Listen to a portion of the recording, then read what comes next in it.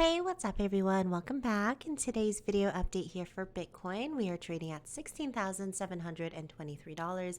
24-hour volume, we're up 29%, and market cap, we're up 0.64%. Heading over to our daily chart here, we are going to be seeing a little bit of a pushback here at an area of resistance. The price mark here for a resistance level is at $16,797. Already we can see some critical points here on November 19th and November 24th where the price was rejected. Now this area is a high area of confluence, meaning a high area of interest because it was treated as an area of resistance here and then an area of support in early December, resistance here in December 18th to the 19th, and a little bit of an area of support on the ending of December. Now as the price is coming up, there's a few things that we want to take a look at, and again we are looking at the momentum measured by our MACD indicator. So again, we can see our MACD indicator is showing weakness in these histograms or these bars significantly here in the small little bar compared to the previous bar action. As we can see these two lines, which we have the signal line on the orange and our MACD line, which is the blue.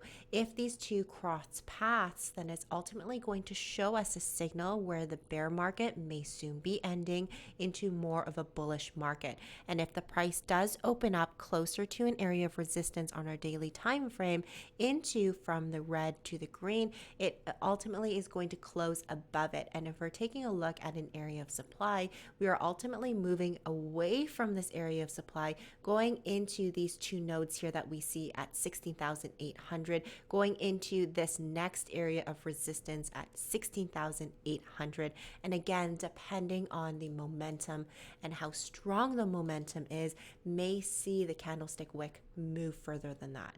But let's head over to the 4-hour time frame. So 4-hour time frame, we are going to anticipate that the price is going to come down to an area of support. The reason why I say this is our two indicators here that we are using, which is our RSI here. Now notice here we're already capped up at 100% of our RSI. We have initiated that selling opportunity by seeing our white line come below our pink line here, which is a crossover showing us that signal of a selling signal. Now, because we are considered as overbought here on our RSI, we can see that the price came up to an area of resistance here. So we can see again as I scroll out, we have areas of resistance and areas of support. So right at 61% of our fib at 16,700, it was an area known for support back here, known as a resistance here, support all throughout here, and is treated as a resistance here as well. So if we take a look again, we have the Bollinger Bands expanding, meaning higher volatility, but notice the candlesticks going into this red candlestick as well. The placement of these candlesticks were near our 100 moving average, and moving averages are treated as an area of support and an area of resistance. If we take a look at these two candlesticks here, the bodies itself is very minimal. I know it is above 50%. We did close above the 100 MA, but because of this advantage here, the price itself is going to retrace down. We don't see the incline or the increase of price being supported by the volume. If we can see, the volume is coming down as the price action was going up. So the price itself is not a strong momentum or a strong trend in a bullish trend.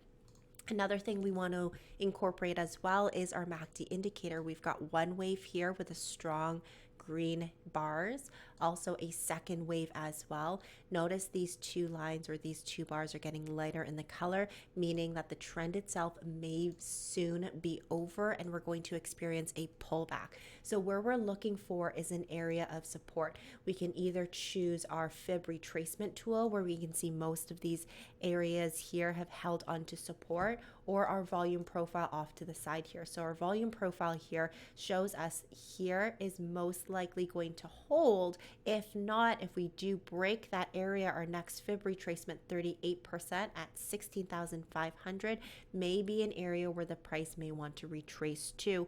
Now again, here at the 50%, if the price isn't going to hold, here is our good area of supply and demand, where the price was a good area, where a lot of people either sold or a lot of bought but we want to take a look at how high these volumes are. So we're looking around 1653 to 16,587. Again, if our fib retracement's not going to hold that 50% and may diminish this momentum here for our MACD indicator. Quickly going over to the 2-hour time frame compared to the 4-hour time frame. Again, we can see the RSI, it's dropping. It has initiated that sell opportunity. If I open it up here again, we can see the K line crossing below our D line itself, and it is initiating that sell opportunity paired off with the slow momentum. We can anticipate that the spaces in between our signal line and our MACD line is getting smaller, so the wave or the strength of this green momentum is slowing down here, and we've seen it already in this candlestick here in an engulfing candlestick. Now what we can anticipate is hopefully a golden cross here, and a golden cross would normally show us some bullish factors. So a golden cross is simply a smaller moving average crossing above a larger moving average. So we've got our 20 moving average here and our 100 moving average here. If we see this 20 moving average move above the 100 moving average, it may give us a hint that we may see Bitcoin going into more of a bull marketplace here, or bull, bull market in a 2-hour time frame. Quickly looking at our volume profile, which again shows us that supply and demand zone. Here is a critical point. If the price itself moves away from these nodes, the price is going to gravitate to the next area of supply. And again, we see it around the 16.5 here. If we are going into another wave of our MACD indicator, break through the 61%, we can see again, here are the two nodes that's sticking out at 16.8. So those are my targets here for the 2-hour, 4-hour, and daily time frame. Again, if we're not going to hold the 50%, be prepared for the price to come down to the 16.5. But definitely let me know what you guys think down below. Happy New Year 2023.